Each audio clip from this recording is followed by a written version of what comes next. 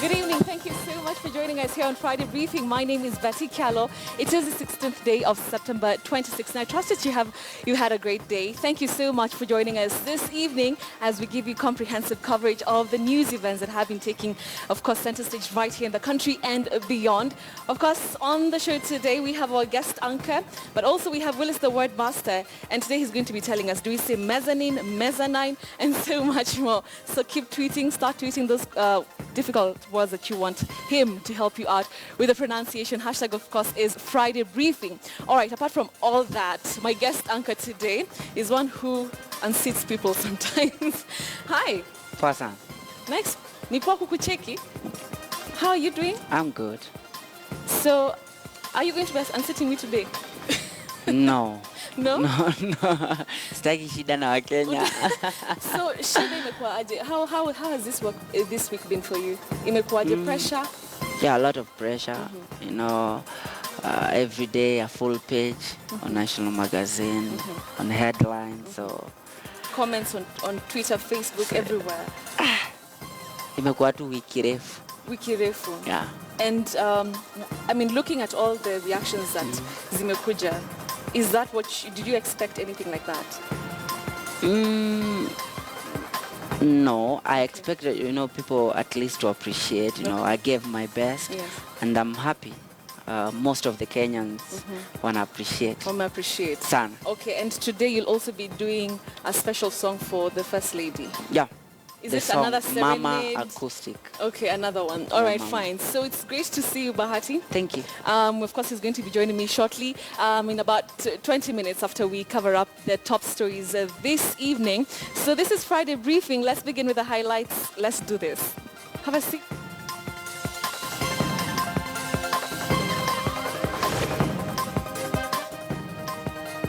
The rail or the national park? Protests grow against SGR project.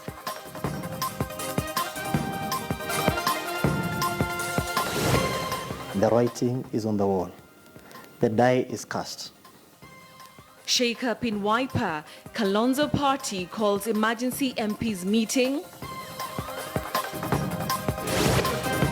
If your child complains, should the complaint come to you or should it go to a different person? Supreme grilling, the good, the bad, and the ugly of CJ vetting. We met. linked up. Yeah. And Wendy meets Kagame. Young girl's dream finally comes true.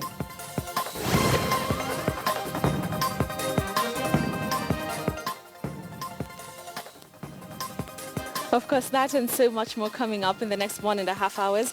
Our sign language interpreter is Miresha Owiti. Now, we begin here in Nairobi, where the government's flagship infrastructure, the standard gauge railway, has run into more trouble with only weeks before the second phase begins. Now, activists opposed to the project staged a protest to Kenya Wildlife Service headquarters to oppose the route map of the multi-billion shilling project. Conservationists say the new route will hive off more than 200 acres of the park. Timothy Etieno begins our coverage of Friday with this story. Conservationists and wildlife activists at it again. This time protesting the commencement of the second phase of the standard gauge railway meant to hive off more acres of the prestigious Nairobi National Park.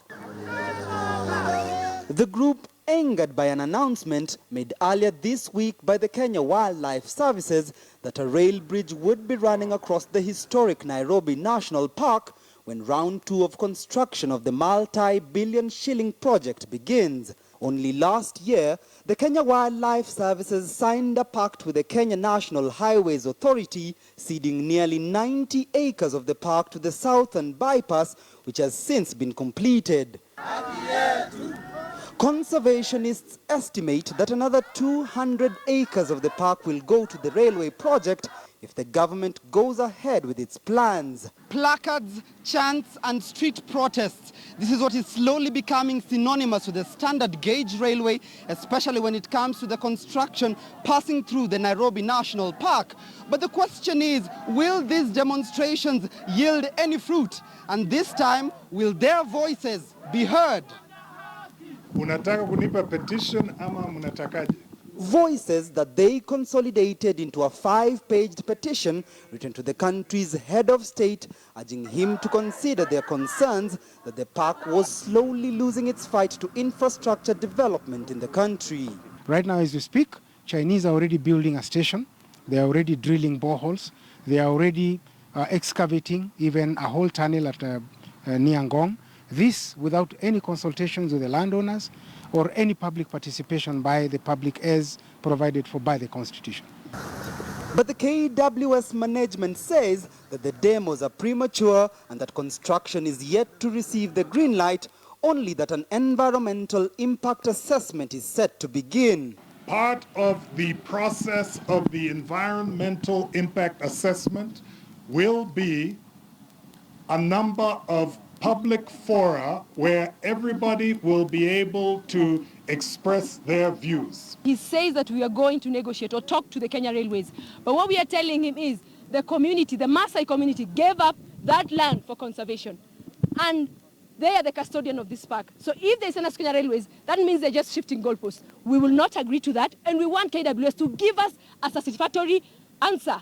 The plans announced on Tuesday this week indicate an assessment that would affect a stretch of more than 6 kilometers into the park, with a bridge expected to pass across the park, dividing it into two. This is our heritage, a national park, the last national park in a cosmopolitan area. If we destroy this, we are showing everybody that it is okay to touch any other national park or any other wildlife sanctuary. And for this, I say no.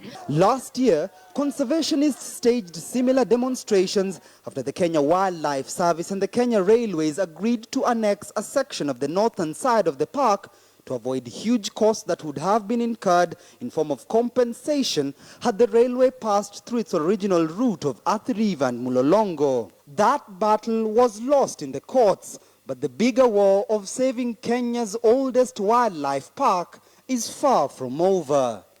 Timothy Otieno, KTN News. In association with Fidelity Insurance. Right, and that story by Timothy Otieno brings us to our big question tonight, and we'd like to hear your thoughts on it. We're asking you tonight, should the standard gauge railway pass through the national park? Should the standard gauge railway line pass through the Nairobi National Park? We'd like to hear your thoughts on it. You've had the reactions from the residents there. We'd like to hear what you have to say. The number, of course, to text in is 22155, or you can also choose to tweet us, hashtag Friday Briefing, or you can also use my Twitter handle at Betty Kyalo, and I'll be very glad to sample your views as we move along. All right, to some politics now, and the party of CODCO principal Kalonzo Musyoka has called an urgent parliamentary group meeting amid a fierce onslaught from the Jubilee coalition. A group of MPs who recently quit the party say the party's days are numbered.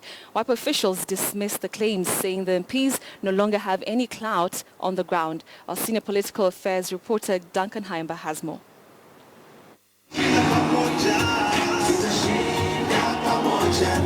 That last weekend's launch of Jubilee Party inflicted much political pain to the two major opposition parties is not in doubt.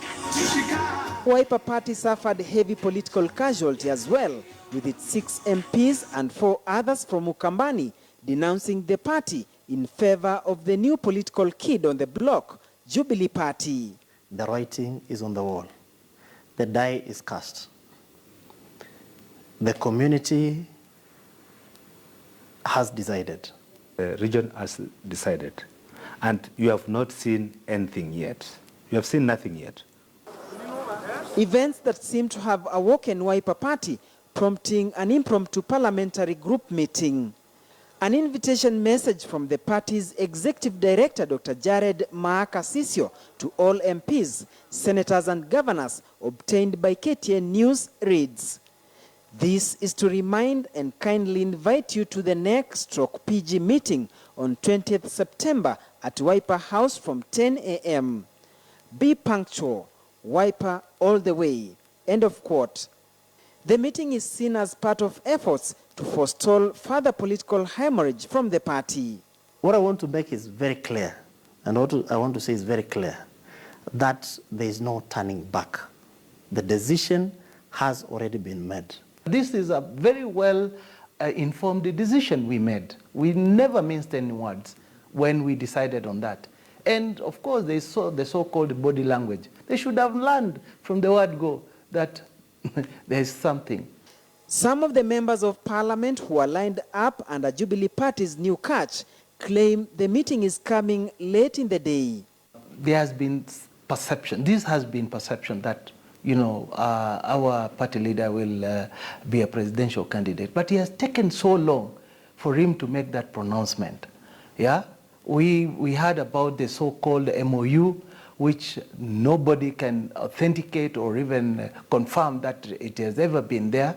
But him as an author or a signatory of the so-called MOU, he should have come out very clearly and say, yes, there was an MOU, but what were the contents? What were the arrangements? What were the agreements? It has taken us 4 good years down the line. And these are the kind of things which are making us feel, no, there's something wrong. Something is not adding up. On Friday morning, a group of elders from Mukambani Clan's Governing Council, led by their chairman Boniface Kilonzo, held a meeting with elders from the Gema community, declaring their support for the MPs who have joined Jubilee Party. Communities shall engage both President Uhuru Kenyatta and the Kamba leadership to work together and solidify the political destiny of the two communities with immediate effect. If you see things going wrong in any place, know that the politics are not good. And that is the responsibility of the politicians. We are going to help and correct as much as we can and help them to be a good country of ours. That's what we want. It's a well and highly respected clansman. No one can go against what the clan say. So this is just the beginning. I will tell you in a very short time, you will see the clergymen coming together. You will see all sorts of groups coming together and pronouncing what they want for the Cumberland. This is, I mean, it's unstoppable. Whatever is going to happen during this election, no one, nobody, nothing can stop it. Officials of the party maintain that Wiper is still going strong, a claim that will be severely tested in the coming months. Duncan Hemba, KTN News. All right, joining me on phone right now is Hassan Omar, who's the Mombasa Senator, but also the Secretary General at Wiper Party, to discuss the ongoings at his party. Thank you very much, Senator, for joining us this evening. First of all, is everything okay in Wiper Party? Let's take a look 2 weeks back, and of the 40 plus MPs who decamped to Jubilee, Wiper seems to have suffered more casualties. What's happening there? What's not working for them? I don't think you can say that Wiper suffered the most casualties. We have about 6 people, as you just reported in your report, who left the Wiper Party. Everybody knows that Jubilee has been raiding the opposition quite a bit. The Jubilee has been trying to weaken the opposition. Jubilee has been trying to erode the constitution because in the current dispensation, once you make up your mind to defect from the Wiper Party or any other party for that matter, then you are required to face a by-election. So they have a register of political parties who's been in an active capacity and unable to take hard decisions. There has been no declaration that these seats must be vacant. The only way you can, with the sanity, say that these defections count for anything is for these officials or these people who defected to go into a by-election and get themselves re-elected. That way, then we will definitely know that they count for something or they have clout But these are just perception games. These are just games that are expected as a country to play to the gallery of public perception that Jubilee is getting stronger, and so that we do not have to hold them to account. But also, I mean, today a section of the Kamba clan governing council have come out to back, the defectors. Does this mean that, the party is losing ground in that region, which is essentially the stronghold?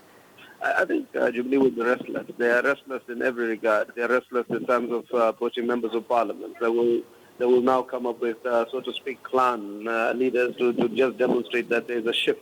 But as I say, the true test will come when we go into an election.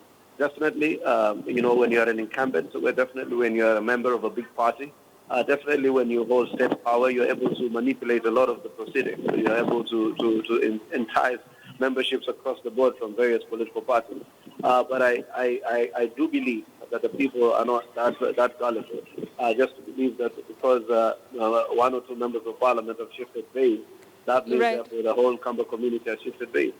But what really is there to show that Wiper still has that strong political, movement in it? What is that thing? The majority of members are still intact. The majority of members are still intact, and the only way we can demonstrate that Wiper still has the broader appeal in Ukambani and even the other parts of Kenya is for us to go into an election. That's why we challenge all those MPs who spoke with such, shameless, audacity about a party that they still hold a membership card to, the party that they nominated them to parliament. I challenge each and every one of them into a by-election. They will write their political obituaries sooner than they can imagine. But to come into the KTN or any other media house and purport to demonstrate bravado that you cared, you are crying bigger than the bereaved, that there's a MOU or there's something that was not honored, that is just shameless. That is a hypocrisy. That's just a group of people who are looking for some excuse to exit the political party. All right, finally, let's just talk about that parliamentary group meeting that is going to be taking place this coming Tuesday. What is it going to be about? And also the rebel MPs have said that they're not invited. Yeah, they have no reason to come. They just they declare their support for another party. And as I said, if they are audacious, if they have the courage, let them resign from their positions and go the full hog. But this PG is a routine PG. I deny the fact that there have been a lot of happenings internally, both within the party, within the coalition, and in the overall space of the country. Right. So I will not be foolish to say that it counts for nothing. It is a PG that is going to address some of the pertinent challenges. The defection is definitely being one of them. It's not the primary issue, but even how we reorganize ourselves, how we re-energize the party, all those issues will come up. All right, thank you very much, Senator Hassan Omar there, talking about the ongoings at Wiper Party. All right, now moving on, Court leader Raila Odinga says he has no apologies over his remarks made in Narok on the TJRC report. In a statement released from Germany, the ODM leader insists that he raised fundamental issues touching on historical injustices, which need to be brought to a close through the implementation of the report. Well, he promises to continue raising it as a matter of conscience and duty to the country. The remarks by Raila have angered President Uhuru Kenyatta's supporters who accused him of provoking the president. The remarks made at the funeral of the late William Olentimama sparked a war of words and has once again placed focus on the TJRC report, whose reports are yet to be implemented. All right, now moving on to Mombasa, where the state was earlier today given exactly 1 week to consolidate evidence against the widow of slain Muslim cleric Abu Drogo. Hania's side is in custody in connection with Sunday's botched attack at the Central Police Station in Mombasa. Well, she was arrested on Wednesday evening at her Kilifi home and will spend the rest of the days at the Nyali Police Station. Here now is our Coast reporter Francis Antomo with the details. For the second day, Hania's side Saga will be paraded in the dock to know which way her case was taking after reports linked her to Sunday's aborted attack at the Central Police Station, Mombasa. Hania exhibited a cool demeanor even as proceedings went underway. The state now has exactly 7 days to table evidence against her or have the case terminated altogether.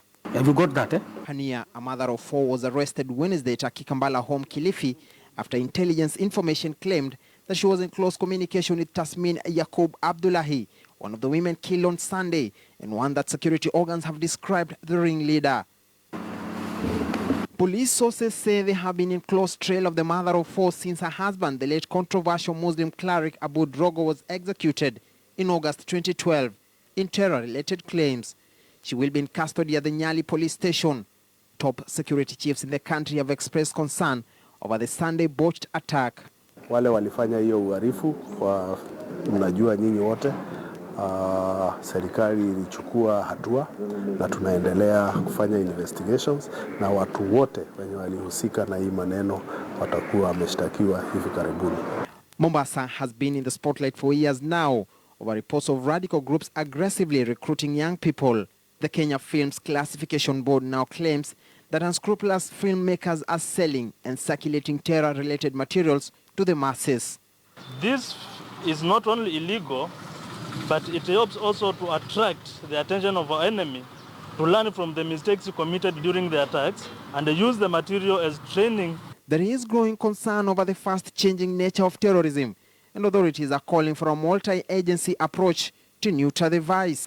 Terrorists view police stations as a threat and as a block to their own aims. And therefore, targeting a police station is not a surprise, and the police officers who are manning those police stations posts and other law enforcement officers should actually learn to expect such attacks. It has been well over 1 year since terror visited Kenya's second largest city, Mombasa, and our top security chiefs are putting their heads together on how to end this particular trend. Francis Ontomwa, KTN News, Mombasa. The Judicial Service Commission is pouring through the hundreds of responses given by the 11 men and women who want to be the country's next Chief Justice. The outcome of the interviews is expected in the next 2 weeks ahead of the start of the interviews for the country's next Deputy Chief Justice. Michelle Ngele has been covering the interviews all week and now revisits the highs and low moments of one of Kenya's most important public exercises. There was the good. Thank you. In fact, I'm a carpenter, sir. The bad. So if we are talking about 15 years, you're 10 years short. That's exactly so. Okay. And the ugly. Now, you have done a terrible thing. I'm going to deal with you. The interviews for the position of Chief Justice saw 11 candidates grilled on their professional competence and personal integrity. Who is the governor of Tharaka Nithi? Who is the governor of Mandera? And who is the governor of West Bokot? I don't know whether Nadif is the governor of Mandera. Tharaka Nithi, I don't know. I also don't know the other governor out there. It started as a dream for most, like Miss Lucy Wanja, one of the two female candidates who applied for the position. I am a believer in David, and I believe today I am your David. I am the person who will kill Goliath in the judiciary. Which may explain why she forgot to submit crucial documents. Was it a spiritual moment? Probably you can call it that, or a passionate moment. A passionate moment. Now let's go to this passionate or a moment of revelation. Then came New York-based lawyer Makao Mutua, who spoke in what Kenyans would call a weng. I've never said that Mr. Kenyatta was not declared president. Why do you keep referring to him as Mr. Kenyatta? Well, because you can also refer me to as Mr. Mutua as opposed to Professor Mutua. At times, the grilling turned into a battle of wits involving legal scholars, pitting Makao Mutua against Attorney General Githu Muigai. In a Commonwealth common law jurisdiction, where did you obtain your academic distinction? I would like to know what expert advised you in that fashion. The climax of it all was a heated exchange between Judges Mohamed Wersame and Supreme Court Judge Jackton Ojwang, marking the last day of the interviews. And in that letter, Judge, I'm saying you are giving notice to the JSC that unless you do this, this is what we will do. Okay, do you want it to be a notice to Parliament? It is going to the right person. So the right person should just respond. At some point, the heat was unbearable. You're asking a question you are not clear about. Ask something different. Judge, let me ask the question and you answer. And Yes. the question I'm asking again. Ask straight, don't repeat to yourself Yes. all the time. The Judicial Service Commission goes for a break to deliberate and decide who will lead the judiciary. It will then resume to embark on hiring a Deputy Chief Justice from September 26th and thereafter Judge of the Supreme Court. Michelle Ngele, KTN News. All right, let's now take you to Uganda for a pig protest at the country's parliament. That sounds familiar? Well, given the drama created by a similar demo here in Nairobi last year. But in Uganda, the police reaction was rather different, to put it mildly, and many of the poor pigs had to pay the ultimate price. Well, here's a report from our sister channel, NBS, in Kampala. Take a look. It all started as a normal morning at Parliament with committee meetings as the MPs started serving the nation. Little did they know that a section of Ugandans are yet to come to terms with their insatiable appetite for comfort, much to the expense of the taxpayer. A few minutes past 10 o'clock in the morning, two courageous youth carrying 10 piglets in 4 sacks stormed the gate and dumped them, protesting the greed of MPs.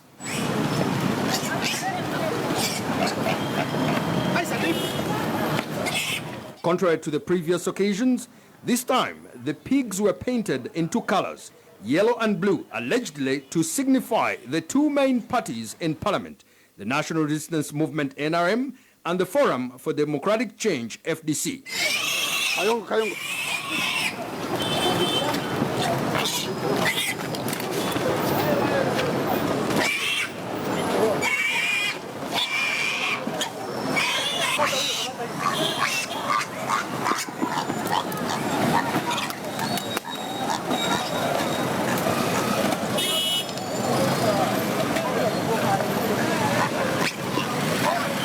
While the youths were protesting Parliament's decision to offer themselves a shillings 200 million grant, the piglets this time carried name tags. Among the names on the piglets included Speaker Right Honourable Rebecca Alitwala Kadaga, her Deputy Right Honourable Jacob Olanya, Leader of Opposition Honourable Winnie Kiza, Rubaga South MP Honourable Katoru Wama, Kampala Central MP Honourable Muhammad Nsereko, and Gulu Municipality MP Honourable Liandoro Komakech. This is the second time that the Jobless Brotherhood members are protesting with pigs at Parliament. In June 2014, 2 youth beat Parliament security to stage an anti-corruption demonstration at the August House. The demonstrators at the time also carried 2 piglets painted yellow, the NRM color.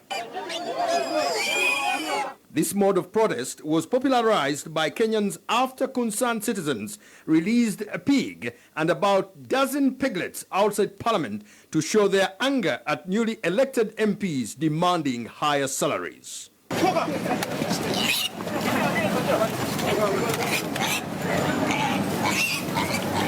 Samson Kasumba, Moses Namayo.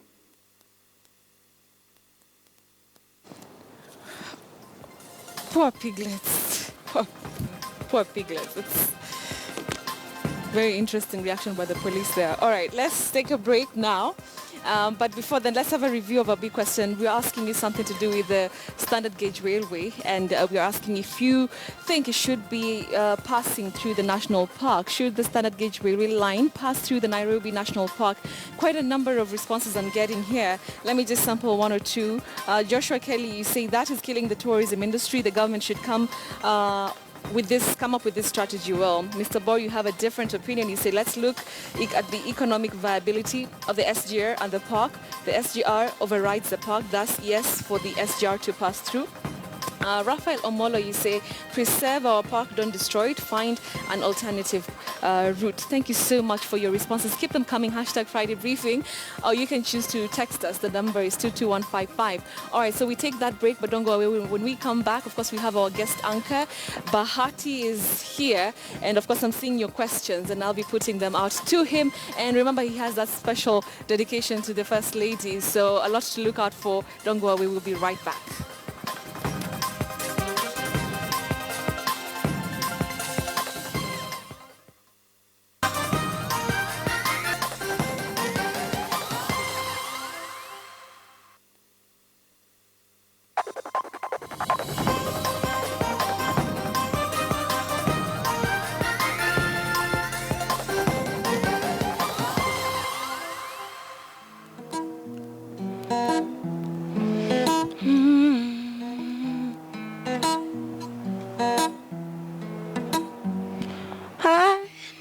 tu dakika, keti chini nikwambie. Nachukua hii fursa, mama wacha nikuimbie. Nipe tu dakika, keti chini nikwambie. Nachukua hii fursa, na dunia isikie. Miezi 9 ndani yako, ukanibeba uchovu. Na miaka 9 kando yako, ulinitoa uovu. Miezi 9 ndani yako, ukanibeba uchovu. Na miaka 9 kando yako, ukinitoa uovu. Maana kubwa kwangu mami, ndio nilikuimbia mama. Zawadi nono kwangu aki, kutoka kwa Maulana. Maana kubwa kwangu mami, ndio nilikuimbia mama. Zawadi nono kwangu aki, kutoka kwa Maulana. Utovu wa nidhamu ndani yangu kaupiga, na ndoto za utotoni ukanipa motisha mama. Utovu wa nidhamu ndani yangu kaupiga, na ndoto za utotoni ukanipa motisha. Mwanangu, naweza lolote, ukijikaza utafika popote. Unaweza lolote, maono mengi ulifanya nione. Unaweza lolote, utafika popote. Unaweza lolote, ndoto mingi ulifanya niyo. Maana kubwa kwangu mami, nilikuimbia mama. Kwangu waki, kutoka kwa Maulana. Maana kubwa kwangu mami, ndio nilikuimbia mama. Kwangu waki, kutoka kwa Maulana. Wow. It's a beautiful song that I have to give. It's a beautiful, beautiful song. Of course, dedicated to your mom and I think other moms. Yeah. You know, message. Sana, sana. So now, with that beautiful song, what went wrong? I think kwanza wapi kwanza? Tuanzie hapo. Tuanzie hapo. What went wrong where? What went wrong on, with the whole reaction after, your performance? I mean, the song, when you listen to it, the message is great. The message is really beautiful. But why was it not taken the right way, One thing, I think, kwanza lazima ni accept kila mtu kukuwa na, najua kila mtu ako na opinion, but I think to everyone mwenye ana appreciate like their mom, and everyone mwenye anajua importance ya kuwa na a mother kwa life. Wengi walichukua positive sana sababu, I was just trying to be real. I was trying to express the words of the song. Nipe tu dakika, keti chini nikwambie. Unajua, singemwambia akae chini nimwambie, na sioni mahali anaweza kaa, una understand. You get. And this is one of the realest songs zenye nishaandika. It was a dedication to actually my late mom, and many mothers out there wenye wamekuwa kinibeba kama mtoi wao. You get. And every time I happen to be singing it to any mother outside there, acha niseme, at times ni kama you come out of your normal zone, na you get real, So I was singing to her as my mom. As your mom. Yeah. So was it showbiz that you wanted your performance to be great, to be memorable? No. What was the concept? I'm a minister. But you see, what was the concept behind, you going there? And I think the problem that people had was you unseating the president, which they felt was rude. One of the things naweza taka watu understand is, personally, I don't prepare for my shows. I don't. In terms of ati kusema nitaingia hapa nifanye hivi, I don't. Kitu ni ufanya asubuhi niambia God, I'm going to meet our say umenipea, let me give my best that you may be glorified. You understand?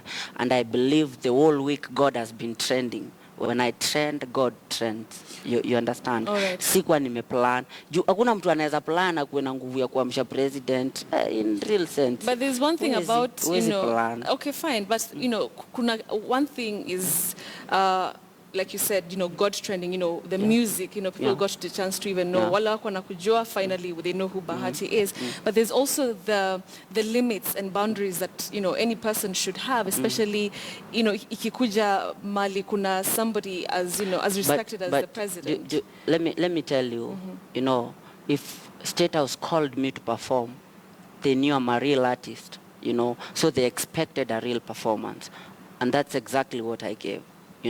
I didn't want to pretend, sikutaka kuact, sikukuja kurecite poem, you understand? Nilisimama, nikapewa hiyo chance, because, people performed. Not we had more than 12 artists, na si kila mtu aliperform mbele ya president, and I was at Kasarani at 8 a.m., and the State House team ikaniambia siwezi perform hadi president akuje, and wacha niseme kama ghetto man, every time si tukipewa chance, si tuna give our best, you understand? So for you, and that was, I was just trying to give my best. And one thing I want you to remember, wakionyesha hiyo clip, if the producers the clip, they're showing it. When I was performing to the first lady, the president was clapping for me. But maybe it was because he needed to look 2 like he days was ago, enjoying it. I was called by the State House. What did they say? Wakaniambia that was the best performance. Kwanza first lady ashaiona. Next week nimekuwa invited State House. Wange invite if wana feel nilikosea. I was just trying to give my best. Okay. You understand? Yes. Let's move on from you unseating the president. And of course, it has gotten a lot of reactions, both positive, negative, and even I've seen even some funny clips about it. But also, people felt you, stepping on the stool where, they had their water place. Actually, mimi nilionea kwa news. Ukumbuki? Kweli. Iyo, most people know I know you know my slogan. When nikiimba mama ni ushika kichwa. I know the producers the video, hata the original video jana na performance. So nilikuwa kwa artist kwa Bahati, as an artist. So nadhani siwezi actually nayo na apologize for that. Mimi nilionea kwa news. Okay, so for that hiyo na apologize sana. Okay. Hiyo nilionea nikiimba maana nimeshika wewe nikajipata. So it was not planned that you will step on the stool. Na siwezi, most I know hata kama umenijua for a short time and most of the people know when you wamekuwa around me, I've never desired to be disrespectful to anyone. Not actually watu wako kwa government, even the public. Hata fan, ule fan ako kwa mtaa, sijawahi disrespect mtu yote kwanza mwenye amenishinda umri. Because these are the people give me the blessings. You understand? So si ati nilikuwa na disrespect na ningependa sana watu understand. Right. Okay, the other thing that I've seen quite a number of comments, and even if anybody who was watching would have felt uncomfortable, is when you removed the Rachel Ruter's, the wife of the deputy president, when you removed her cap. First of all, I don't think you should do that to any woman, because you just don't know what kind of a hair day they are having. Do you feel, looking back at the video, I think she's not the first person I did to. I've done that to Anoigoro. I've done that to my pastor. But maybe the fact that you've done, you do it does not make it right. No, ni vile tu unakuwa, do you do such things to your mom? Let me ask you a question. Do you do? You do that. She's like my mom. Betty, let me tell you something. Personally, everyone mwenye amenishinda umri mwenye naitanga mom, ni utaka filming kama mtoi wake. Sitaki kukaa na filming often kila siku buda. Waacha hiyo maneno. No, lakini so nilikuwa namtreat kama mom. Nataka tuelewane. No, it's fine. I understand that. But I mean, there's treating, even the way you were singing, even the way ulikuwa unamwimbia, that was good, You were serenading her, like you said, like your mom. But there's that point when you removed her cap, and she looked very uncomfortable. Unaweza chukua stand zako uvalishe mama yako. Mimi naweza sema tu these two mothers nilikuwa na treat kama my mom. Okay. Let me tell you something. You know, Bible inasema kwa hii world lazima upewe blessing na wazazi wako. Hakuna shortcut at the end of the day. Betty, mimi mwenye sina wazazi napewa na nani? Nikimit mama yako lazima nimfanye I feel mimi ni son wake mwenye akuangi karibu. Which is good. By the Bahati, I'm not even, it's fine. But maybe the reason that people, felt they were rubbed the wrong way, maybe it's the conduct, But like you mentioned, you are not trying to be disrespectful. I will never. Okay. I will never. Okay. And naweza kuwa sijagroishwa hata na mama yangu, but all through wale watu nimepitia nao kwa nimedeal nao. Hata ule mtu hata yuko kwa media ama anything. Hata huruma kwetu madhara. Yani sijawahi disrespect anyone. Na actually kitu imefanya nikakuja hapa ni sababu nimetaka watu understand. The real me, you understand? Okay. Me sijaumbwa hivyo. Yani disrespectful. Si mimi. Now, what lessons can you say you've been able to learn with this whole experience? As much as you're not trying to be disrespectful, but I'm sure there's one or two things that probably moving forward, if you're invited to such a function, maybe you will not do. One of the things nimelearn ni kwanza kiti ya president nimeogopa sana. Yes. Sana. Hiyo ni kitu nimeogopa sana. And nimelearn not everyone will understand you. You get? Not everyone will understand when you're trying to give your best, And there's a tweet I did nikasema I have to apologize for giving my best. Okay. Because I was simply doing my best. Okay. You understand? Okay. So nimelaniwa lakini at the end of the day, one of the things zenye ningeambia every Kenyan, mimi ni one of the people mwenye na accept. Okay. Nimekuwa naweza brag niko na like the most loyal fans. Kenyans wamenisupport. Sawa. Na sijaitaka kukosea anyone. So kwa ule mtu ana feel sana nili overstep ama ana feel ule mtu yote alini misunderstand, ningetaka kwanza ajue si kuintend na mali una feel angefanya hivi, at the end of the day I say every day, but I'm still growing. You're still growing. I'm 22. 22 you years. Understand? Okay, fine. I'm still growing, so forgive me. Forgive. Yeah. There you go, Kenyans. Forgive. That's what Bahati is saying. Now, finally, before ukwe gestanka wetu, before uniansit, pale ni sawa, haina shida.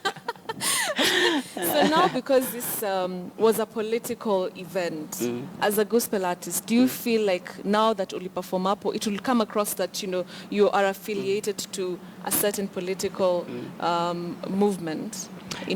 First, do you think people will look at you and think you're partisan? No, sitaki waichukulie hivyo.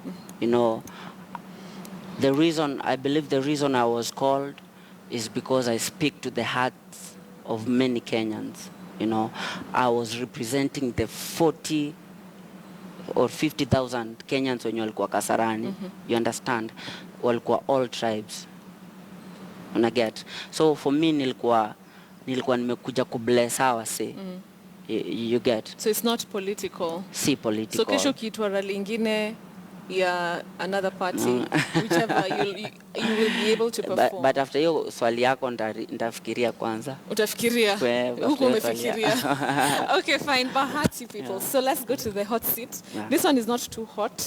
Thank not you. Like it's not presidential. Thank you. So I want you to introduce the story for us. Kama unaweza imba pia ni sawa. Lakini ruhusu nikae kwanza wasi. Okay, Twitter isianguke. Okay, I give Bahati the permission to sit on the red seat that everybody else sits on. Hapa. Yeah. No drama. No drama. Sasa tutakunomba ruhusa kila mahali ukienda usikalie kiti yao. Inabidi. And actually thank you.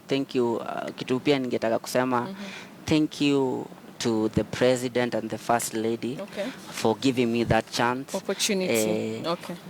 Ndawaletea barua ya kusema pole, Lakini hawana shida. Hawana shida. Ni Wakenya wako na shida. Lazima ni take selfie nao nikienda. Ndo tujue wenyewe ulikuwa huko. Kama tu Mkenya wa kawaida. Haya basi, sawa. So there you go, there is a story on camera 2. Unaona vizuri ama utaanza kusema pia uone vizuri? Niko sawa. Okay, sawa. Kama kuna kitu naona vizuri. Unaona vizuri, sawa. So take it away. Otto, please let's start that intro properly and then take it away. So introduce. Sasa hapa. No, si to enjoy. Watu wangu wa ghetto niliwaambia siku moja. Uta make it. Niliwashow. Utasoma news siku moja. Take it away, Bahati. Chukueni hizo screenshot wate. Okay, good evening. My name is Kevin Bahati, a gospel musician, Groove Awards Male Artist of the Year, Afrima Best Gospel Artist Africa, and BET nominee 2018. Welcome. 2 years ago, a girl got a promise from a president. President Paul Kagame of Rwanda promised to meet 11-year-old Kenyan acrobat Wendy Waeni. And now they have finally, KTN News special correspondent in Rwanda, Eugene Anangwe, followed up Wendy's trip and has packaged a detailed report to be aired this Sunday on Chamwadwa Report. Here is the sneak preview. Let's see this. And as Wendy enjoyed the acrobatic performance in her honor, word came that her main host, Rwanda's President Paul Kagame, was ready to meet her. The journey to Rwanda's State House had to start immediately in order to be there in good time. At State House, Wendy sat there looking cool, calm and collected. From 2 years of waiting, it was now just a matter of seconds before her dream comes true. And voila! Perhaps what will now remain in her long list of achievements happened, and she could not help but grin from ear to ear as she reached out for the presidential hug. How are you? Fine. Yeah. Happy to see you. You too. Yes. Finally We met. have linked up. Yeah. The two friends enjoyed their reunion, with President Paul Kagame taking a keen interest in knowing how Wendy was doing in school, perfecting her art and life in general. 14. 14. Yes. And after the chat, the good messenger she is, Wendy delivered a gift from her friend Fiona to the Rwandan president. A friend at school. Have you? I have this in my... Yes, your home. Yes. I write that was a gift from... Two missions accomplished. I will do that, absolutely. If you really want to see that, to see the president, you really have to have that feeling that I'm going to see the president, and you will focus. For KTN News in Kigali, Rwanda, I'm Eugene Anangwe reporting. Okay, so ensure you watch the full story on the Chamadwa Report this Sunday at 8:30 p.m. on KTN News. Hey, sawa. Yeah. Haya, hands down. Hands down. You know, you did well. You did really well. Kwa hivyo najuanga kizungu ni ujinga na kuanga nayo. Mbona unaongea Kiswahili basi kwa nini basi ni kama unakuanga na shida na kizungu na umeongea yote pale? Okay. So you know now. Nataka represent principal wangu na kujia living certificate tata. Naanza kutafuta kazi. Haujawahi chukua living certificate? Nilimaliza juzi, wewe acha. Oh yeah, you're 22. Wow. Unachoma. Yeah, just that. But wait, 22. Ulimaliza nini juzi? Mimi? Unajua si ni wale kama ni 22 si ni wale tulirepeat hadi Sunday school. Okay. Okay, sawa. Hapo umenipata sawa basi. But all the best. I'm seeing the response is great. Thank you. You know, you did something with passion. Thank you. Yeah? And thank you Kenyans for understanding. Okay. Yeah. Sawa, so take us on a break. We're going for a sing it. Huh? Sing it. Nipe tu dakika, keti chini usiende, tunachukua hii fursa, na tukirudi tukulete habari poa. Bahati tena na Betty Kyalo. Haya sawa. Sema tena tena. Tena tena. Tena tena. Tuchukue breaki halafu twaja back. Don't go away.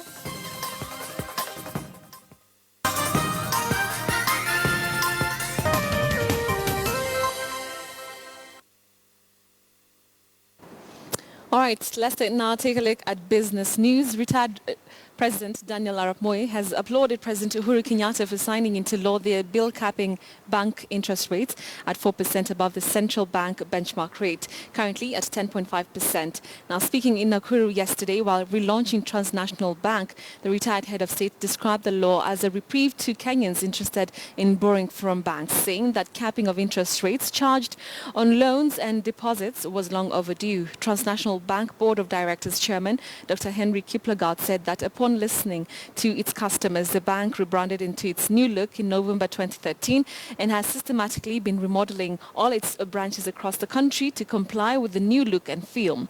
During the event that was also attended by Kabarak University Vice Chancellor Professor Jonas Kaleli, the bank CEO Sami Langat placed the bank's asset value at over 10 billion shillings.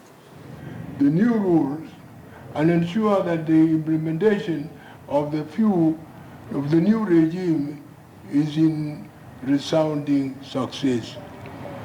Nakuru and the surrounding areas are the participation of agricultural activity and investment in agribusiness must be encouraged and supported because it is lucrative and very promising venture. From a business point of view, you must do everything within your reach to attract customers and retain them.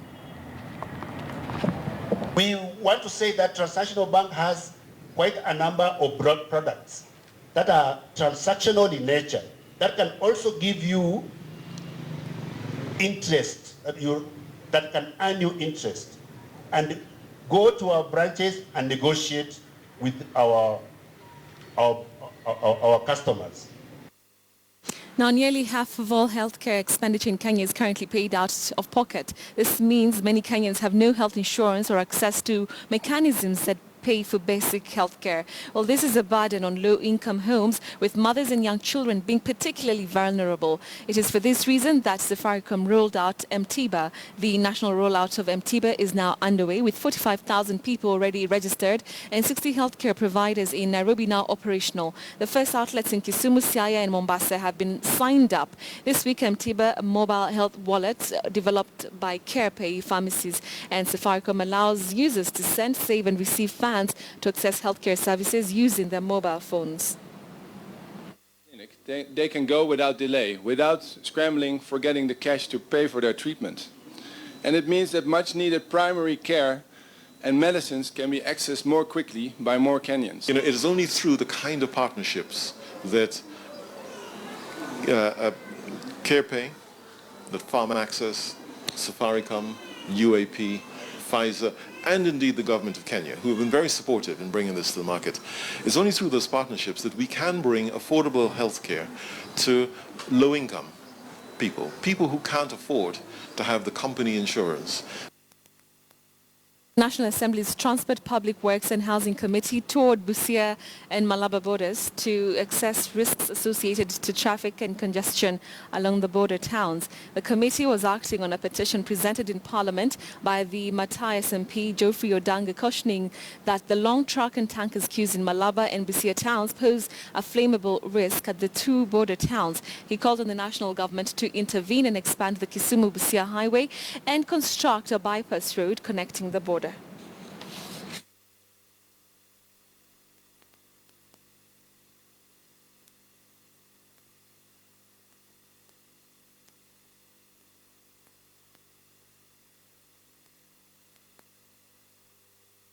Half of the residents of Busia County petitioned to the National Assembly about the congestion in this town which is so frequent and caused by the trailers and big trucks on our roads, and that this has been a problem which could easily cause disaster one of these days, and also that it hampers the free movement of trade, goods, and people of our people in Busia town and Malaba towns.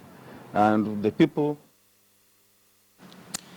All right, now the Meru producing region this week breathed a collective sigh of relief following the news that Miraa exports into Somalia would restart immediately. Now this follows a meeting between President Uhuru Kenyatta and his Somali counterpart Hassan Sheikh Mahmoud on the sidelines of the IGAD gathering in Mogadishu. Joy Dorimbira now with some of the reactions from the cut farmers.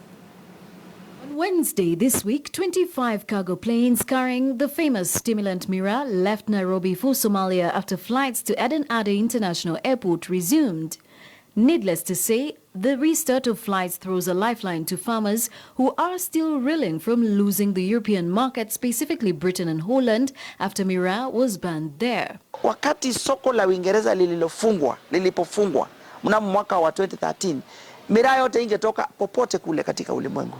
Haingeenda Amerika, haingeenda Canada, haingeenda Middle East, tulifunikiwa. News that Somalia had banned Miraa flights to Mogadishu hit the cut-growing Meru County like a thunderbolt. Uncertainty hung in the mild stimulant-growing region. For the over 1 week, the Miraa airplanes were banned from landing in the plant's most lucrative Horn of Africa market. Jua tulikuwa tumelia, tulikuwa tumesumbuka, wakati Miraa ilifungwa kuenda na ndege huko nchi ya Somaliland. The European ban in 2013 had major economic repercussions on Miraa farmers and left traders and transporters counting heavy losses. Ilikuwa leta not less than 6 million a day.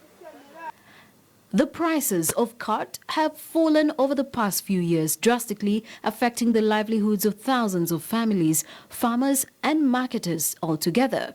However, President Uhuru Kenyatta's visit to Somalia earlier this week is said to have played part in lifting the ban on daily Miraa cargo flights. Miraa farmers in the county say all they want is a large market for their produce and less politics revolving around the crop. Miraa haihitaji sana mambo ya serikali kuingiliana katikati. Ile tunafanya kazi na serikali na wakulima ni haswa kutengeneza soko. The 1 week ban on Miraa flights had occasioned a fall in prices by up to 80%, where leaves usually worth 10,000 Kenya shillings fetched just 2,000 shillings. Ni shinda tulipata wakati ilifungwa. Nataka kuambia bei ya Miraa ilishuka kutoka 100% ikaenda within 1 day ilikuwa 20%. Ile Miraa ulikuwa unauza shilingi 10,000 ilienda mpaka 2,000. Na tukataabika, watoto wakapotea shule, tukashindwa kuendesha biashara zetu, mahoteli zikafunga. Going forward, the farmers are optimistic that cordial negotiations for Kenyan Miraa in the Somali market would help resolve the trade friction on both sides for the sake of their businesses. Joy Dorimbira, KTN News. All right, so that is it for business news. We wrap it up there. But of course, coming up is Willis the Word Master. And I've seen quite a number of words that you've sent out. So see you in a few minutes for that.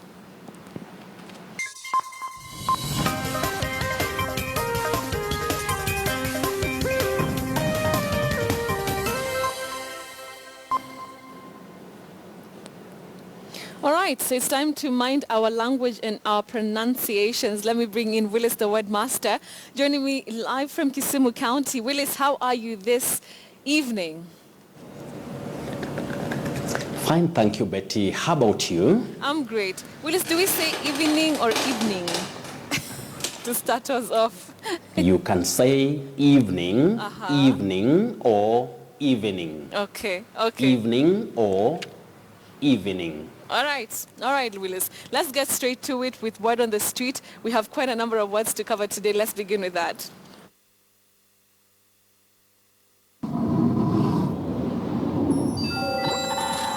Mansonnet.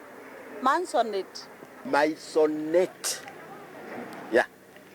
Maisonnet. Maisonnet. Maisonnet. Maisonette. Maisonette. Maisonette.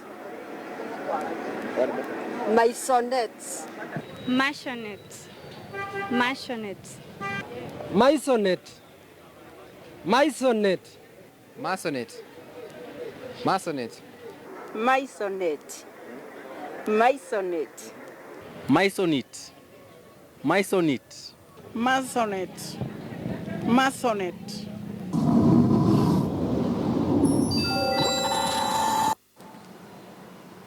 Okay, so Willis, I want us to start with that funny one. Maisonette. That has cracked me up, Willis. So let me not laugh out too much because I think I'm also wrong. So talk to us about that one. Betty, they were not very far from getting it, okay. But you say maisonette. Maisonette, not maisonette. Okay. Maisonette. Mm-hmm. Yes. All right, maisonette it is. That was really hilarious, Willis. But like you say, you know, we're not supposed to be laughing at each other because we're all learning, right? No, for learning, yes. For learning, it's wonderful. But, you know, when it comes to laughing at somebody, thinking that that person is very wrong. Sometimes you may laugh at what is right or correct. Okay. When you don't know exactly which is which. But we have to accept that nobody, not even myself, that is Willis, can be perfect in this world, Betty. Got it. All right, Willis. Let's move on to the next word. Presume. Is it pre or pre? You say presume. Okay. To presume. What we should avoid is presume. You say presume. Presume. And we should also remember that we say resume. Resume, not resume. All right. Yes. All right, Willis. Moving on to another word. Dissertation. How do we say that one? We had it, especially this week, you know, with the JKL debate for the gubernatorial seat in Nairobi. Gubernatorial, right? Or is gubernatorial?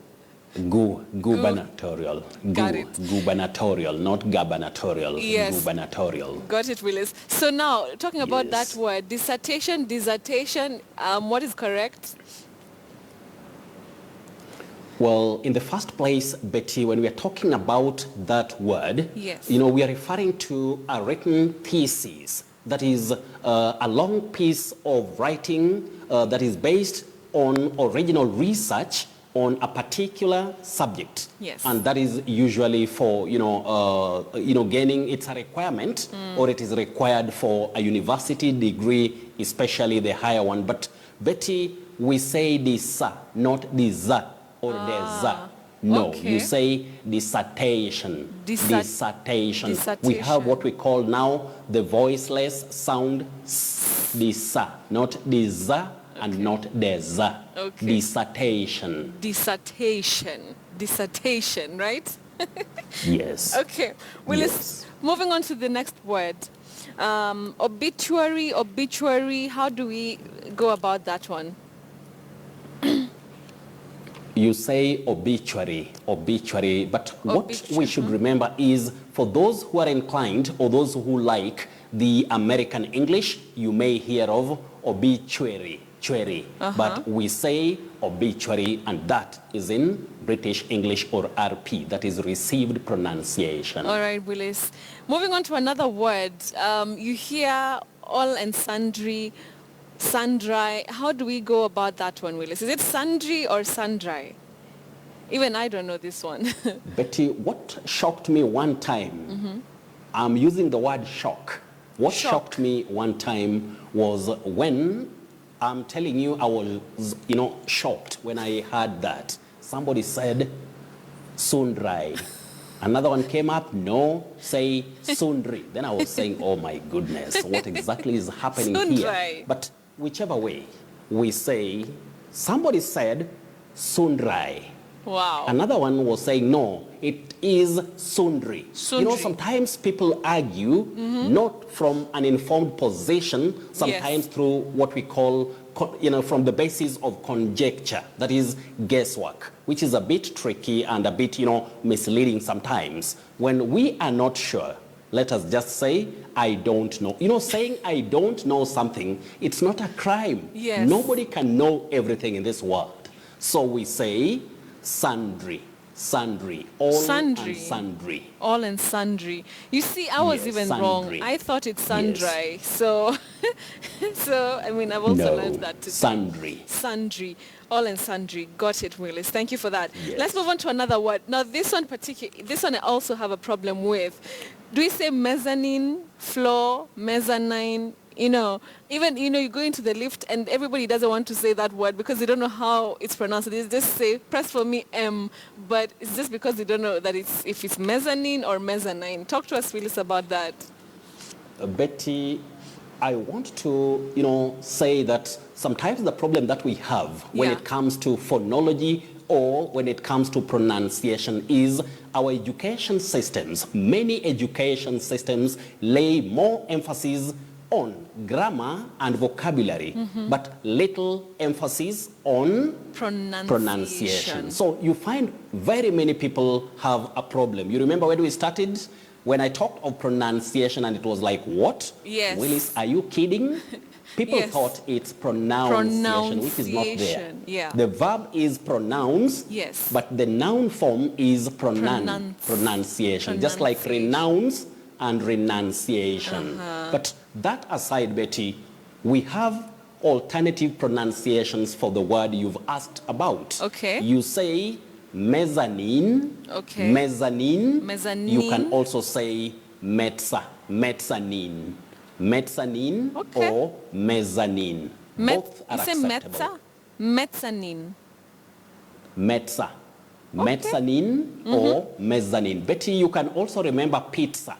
Pizza. It's P-I-Z-Z-A, but you say pizza, not pizza or pizza. You say pizza. Pizza. Okay, Willis. So I'll be using mezzanine. I think it sounds fancier with that thing that you like calling mezzanine. Mezzanine. Mezzanine. You don't have nine, you say nine. Mezzanine. Or mezzanine. Or mezzanine. So I'll be saying mezzanine. Okay, Willis, Betty. thank you for that. Moving on to another word, antelope. Antelope, you hear, you know, I've had also antelope, but of course there's issue to do with, you know, the mother tongue. You know, I know, very many people who Betty? say antelope. So talk to us about that, Willis. You don't say ante. Ante, no. Okay. You say antelope. No way. Just like we talk of elephant, not ele. Le, no. Li. Elephant, elegant, antelope. So in most cases, you find people talking of antelope. Yes. Without knowing, Betty. What? Okay, Willis, I'm surprised. It should be, you know, understood by everybody. You know, we say Betty. Antelope. Get me seriously on this. Not ante. You say anti. Commonly. You remember recently I said something. A word can be mispronounced, you know, commonly mispronounced within or in your locality. Yeah. Until you just feel this is the way to pronounce it. Yes. I hope you remember tortoise. Tortoise. Of course I remember tortoise. When I said tortoise, many people said, what is he saying? Until those who went for phonetic transcriptions or finding out realized that we often mispronounce that word as tortoise. Yes. It is tortoise. So we say antelope. Antelope, not antelope. So Willis, that's a surprise. That's a surprise. So there's elephant. I know. Antelope, and elegant. Tortoise. Antelope. And then, so zebra, is it zebra or zebra? Not that we're talking animals. Two pronunciations are accepted for that. That is zebra and zebra. Zebra and zebra. But what we should avoid, Betty, is leopard. Leopard. No. You say Leopard. Leopard. Leopards. AFC or AFC leopards, not leopards, the way we commonly say it Yes. locally. It's leopard, Leopards. Leonard, not Leonard. Okay. Hey, Willis, I'm telling you we could go on and on and on, but I like that. That's a surprise tonight, Willis. Thanks for that. As usual. Antelope. Okay. Yes. I can now, just pick up my stuff and just go home. I've learned something. Okay, Willis, very quickly, let's look at our feedback question. It comes from Patricia. Fine. Patricia Betty, Kamwaro. feedback Before question that, first. the feedback question, she's coming from Narok. She's asking about Okay. Pharaoh. You hear about Pharaoh, then Pharaoh. How do we say that one, Willis? Betty, in English, Yeah. we say Pharaoh. Pharaoh. That is in English. Okay. You'll hear of Pharaoh or Firauni Yes. in Kiswahili. Uh-huh. But when you come to English, it's Pharaoh. So Pharaoh. when we are referring to like the Egyptian team, we said the pharaohs, Okay. not the pharaohs, the way we may hear about it, locally. Okay. So it's the pharaohs, not the pharaohs. All right, Willis, got it. Patricia Kamwaro, there you go. Yes. All right, let's now move on to our surprise word. Of course, there's antelope and mezzanine. Talk to us about that one that you're holding. Betty, we agreed that we can try. Yeah. Oh my goodness. Would you mind trying? Haifa? Heifa? Heifa? Let Not me just that say way. the three, then you rule Not out. that way. Okay. Just do it, Willis. I cannot. Okay, Betty. Don't worry, because some of these words are tricky. Yeah. They look simple but tricky because Yes. here we say heifer. Heifer. Yeah. Not heifer. heifer. Okay. Don't pronounce that letter I. Uh-huh. Heifer. You Heifer. can now remember that? Yes, of course. Heifer. Not heifer. Okay. Yes, we All should right. avoid heifer, and all that. We say heifer. Heifer. And I know when it comes to that, Edith Ngove, Dr. Wameo, Grace Mwebi, and Stanley Okinyi, I know you're really, really now feeling very, very, you are now getting the whole story, Yes, if I may we- put it that way. All right, Willis. Anyway, Betty, we come to confusing words where we have Duncan Kipto, who asked me about the two words. Now, we have the upper word, you say freight. Freight. Yes. The other one is fright. So we have freight, that is F-R-E-I-G-H-T. Yeah. And fright, Fright. F-R-I-G-H-T. And with that, those who love the English pronunciations or the approximants or the Yeah. approximations of our pronunciations, please, we have to say, keep it KTN and KTN News always. I know Senator Mutula Kilonzo Jr. loves good English pronunciations a lot. He really follows Okay. my Twitter handle, and when he also speaks English, All right. sometimes you feel, let English be English. Let because English be he English, really Willis. speaks good English. Okay. Let Let's English be English, and Mwita Marwa, you are Yeah. in the team. All right. So otherwise, they can also reach me on my Twitter handle at Willis Ochieng 1. All right. Willis, thank you so much. Always a pleasure having you on Friday Briefing, talking to us about those difficult pronunciations, not pronunciations. Willis, you taught me well. Thank you so much.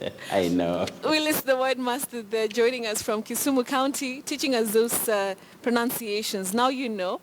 We say antelope and not antelope. All right, that's why we wrap up things here on Friday. On Mind Your Language, coming up shortly is, of course, sports news. Don't go away.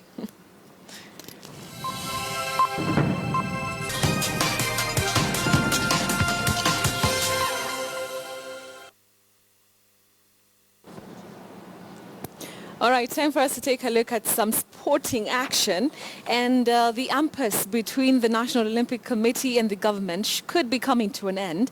Well, this follows a meeting between representatives of NOC, the government, and the International Olympic Committee in Lausanne, Switzerland, early Friday. Now, the roadmap to the elections has now been spelled out with a new constitution.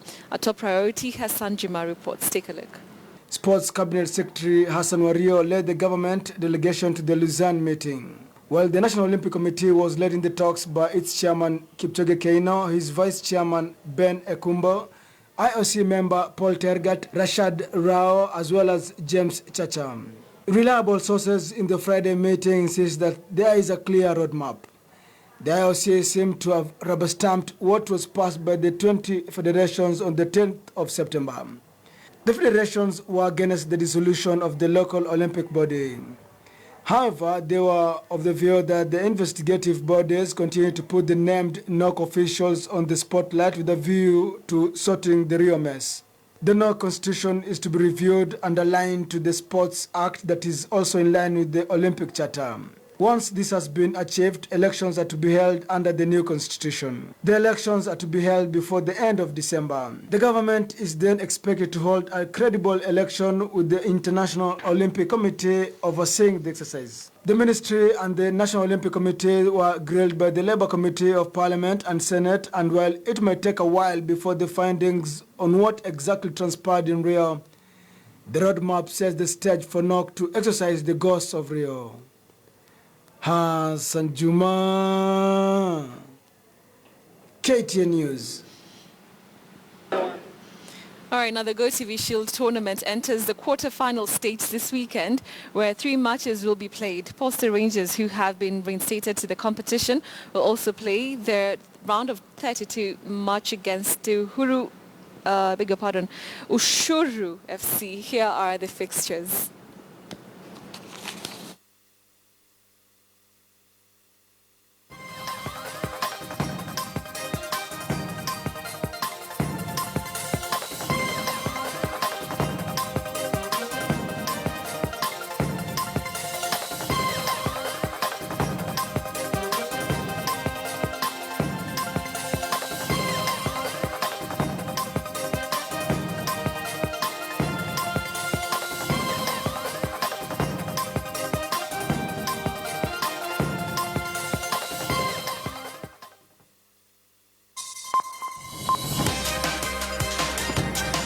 All right, so every good thing on a Friday night comes to an end, so it's almost that time. But before then, of course, we had asked you if the standard gauge railway line should pass through the Nairobi National Park. Looking at the responses and the results, 38% of you say yes, it's okay that it should be able to pass through the National Park, but 55% say no, and 10% say I don't care. Wow, interesting. Thank you so much for your responses. We really do appreciate them here on Friday Briefing. So it's time to wind up. Kumaliza. Si tulisema unajua Kizungu. Okay, yeah, people, it's time to wind up. It's time to wind up. Yeah, so time. Did you know that we say elephant, na si elephant? Now you say antelope and not antelope. And you say tortoise and not tortoise. Watu wa mtaani wananid kusikia hiyo sana ya elephant. Yeah. Elephant. Haya, sawa. So thank you so much, Bahati, for coming. Na Leonard. Leonard is not, and leopard, not leopard. ASC leopards, no. Leopard. Sawa. Yeah. Maybe when your name is Behati. Beheri. Yeah, Beheri. Beheri, I see. Beheri tena. All right, sawa. Okay, so it's time to wind up. Yeah. Thank you so much for coming. Thank you for inviting me. You're welcome. And thank you, Kenyans, for listening. They've listened. The Kenyans love you. Maybe they were just frustrated and they just needed something to release the pressure. All right, so as we wind up, just do for us the first verse as we wind up the show. Yeah. Thank you so much for watching Friday Briefing every Friday. See you again next week, God willing. And be good and be kind to one another, right? Yeah. Be kind to one another. So kind. So, life is too short. Like I'm always kind to you guys. All right. I think I'm also a bit kind. Okay, goodbye. Nipe tu dakika, keti chini nikwambie, nachukua ifusa, mama wacha nikuimbie. Nipe tu dakika, keti chini nikwambie. Ai, nachukua ifusa, na dunia isikie. Ati miezi 9 ndani yako, kanibeba uchovu. Na miaka 9 kando yako, ukinitoa uovu. Mama, miezi 9 ndani yako, ukanibeba uchovu. Na miaka 9 kando yako, ukinitoa uovu. Maana kubwa kwangu mami, ndio nakuimbia mama. Zawadi nono kwangu haki, kutoka kwa Maulana. Maana kubwa kwangu mami, ndio nakuimbia mama. Zawadi nono kwangu haki, kutoka kwa Maulana. Na utovu wa nidhamu ndani yangu kaupigae. Na ndoto za utotoni ukanipa motisha mama. Utovu wa nidhamu ndani yangu kaupigae. Na ndoto za utotoni ukanipa motisha. Mwanangu, unaweza lolote, ukijikaza utafika popote. Ai, unaweza lolote, mono mengi